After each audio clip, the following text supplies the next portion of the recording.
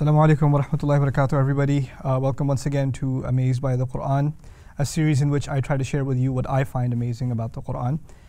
Particularly nowadays in this series, what I'm going to try to share with you are aspects of the Arabic language of the Qur'an that are pretty technical, like you have to study a lot of grammar before you kind of get this stuff.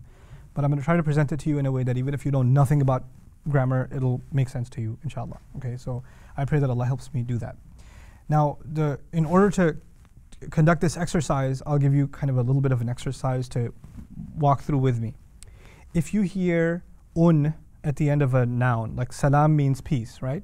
So if I say salaamun, I put a un at the end, salaamun. That actually means that it's a noun-based sentence. I know that sounds tricky, it'll become clear in a sec. And if I say salaaman, so I didn't say un at the end, I said an at the end, then that's a verb-based sentence. It implies that there's a verb before it. It didn't have to be said just because I said an. Okay? So there's un versus an. Now, because a lot of translations are not sensitive to these grammatical nuances, when they say the word salam, which means peace, so they'll say salaamun, translation, peace. Salaaman, translation, peace. Like you're not going to see a difference at all, right? Angels come to visit the Prophet Ibrahim. And when they come to visit him, alayhi salam, he opens the door, they said salaaman. They said salaaman. Now that would be the verbal kind of salam. Now, in a previous episode I've said this, I'll remind you again. Verb-based things are temporary. Noun-based things are permanent. So they're saying, we extend peace to you, which would be the verb we extend. Nusallimuka salaman. Okay? So their peace, their extension or greeting of peace was verb-based, which is cool. Ibrahim alayhi salam responded. Now remember, angel said salaaman, a verb-based salam, a temporary kind of salam. Ibrahim responded salaamun. Ibrahim alayhi salam said salaamun, which means he made a noun-based salam. Now, here's another interesting thing about that. When you say salaaman, then you're saying we offer you peace. So who's doing the offering? We are. We're the doers of that offering. So the angels are the ones that are offering him peace. But when you say salaamun, you make it a noun, then you're saying, may peace be on you. Whose peace? You didn't specify. You see, when you have a verb, you have to have someone doing it. And the angels are doing it. They're doing the extending of peace. But when Ibrahim offers peace, he says, may peace be on you, which means it may be from me, it may be from my family, it may be from the world outside. I pray your family gives you peace. I pray your surroundings, your friends give you peace. I pray all the angels give you peace. I pray Allah gives you peace. I pray you're immersed in peace all around without any restriction of time, because it's noun-based, or restriction of subject, who gives you the peace. I don't want to restrict that on you. I'll make it open. So I'll say salaamun. You know, the Qur'an tells us, وَإِذَا حُيِّيتُم بِتَحِيَّةٍ, whenever you're greeted with a greeting, respond with something better. فَحَيُّوا بِأَحْسَنَ مِنْهَا أَوْ رُدُّوهَا. At the very least, respond to it in kind. But you should try to make it better than what you were offered.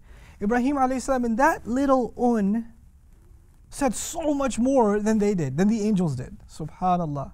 Now the Qur'an captures that. They said salaaman, he said salaamun. What does the English translation say most of the time? The angels, when they came upon him and then said peace, he said peace. My goodness, changes everything. The way he greeted them, the love he showed them. This is, and now we understand that when somebody says assalamu alaikum and you say wa alaikum assalam wa rahmatullah wa barakatuh. By the way, we say assalamu alaikum or assalamu alaikum. Assalamu. It's like un. We put a u at the end. You know what that means? We're making it universal. We're not just saying I'm offering you peace. You're saying may peace be on you from every direction, from everywhere, including myself. Right? It's this universal greeting. But we're supposed to respond with something better, and that itself is a legacy of Ibrahim alayhi salam. Now let's take this a step further. On that same note, un is permanent, an is verbal and therefore temporary. The Qur'an talks about patience, or what's strange phrase, beautiful patience, twice. Okay? Once it says sabrun jamilun, and the other time it says sabran jamilan. واصبر صبرا جميلا إنهم يرونه بعيدا ونراه قريبا. أو فاصبر صبرا جميلا. Okay. So one time beautiful patience is talked about in nominal or noun form, permanent, like we said, and the other time in temporary form. That's strange. Why would Allah do that? You look at the context, you discover something.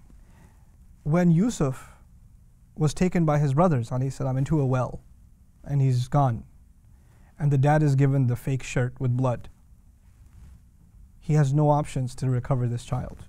These guys have clearly made up their mind. There are no options in front of him, and he doesn't know if the boy is alive or dead. He doesn't know how long this pain is going to last. It is an endless ocean of suffering in front of him. He needs to declare the beauty of patience that is timeless, because he cannot see an end in sight. So he says, فَصَبْرٌ جَمِيلٌ. He put it open-ended. Beautiful patience.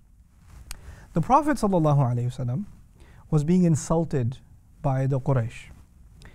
There were even physical threats towards him.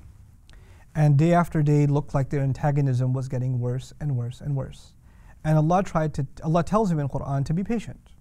He says to him, فَاصْبِرْ صَبْرًا جَمِيلًا. Be patient. It is as though he's saying, by the way, making it makes it temporary, yeah? Allah is telling the Messenger, ﷺ, be patient. This is not endless. It'll come to an end. It's temporary. I'm telling you, relief is coming. It's not that far away. And how do we know it's not that far away? Just because it says sabran jamilan, and so beautiful that in the very next ayah Allah says, innahum yarawnahu ba'idan wa narahu qariban. They see it far away, but we see it as close. He already told us that, embedded in the sabran jamilan, and then he opened it up himself. Subhanallah. That's the beauty of Qur'an that is lost in translation, that you and I are supposed to just absolutely be amazed by. I pray that Allah Azza wa Jal increases our iman through these ayat and makes us people of beautiful patience. May Allah Azza wa Jal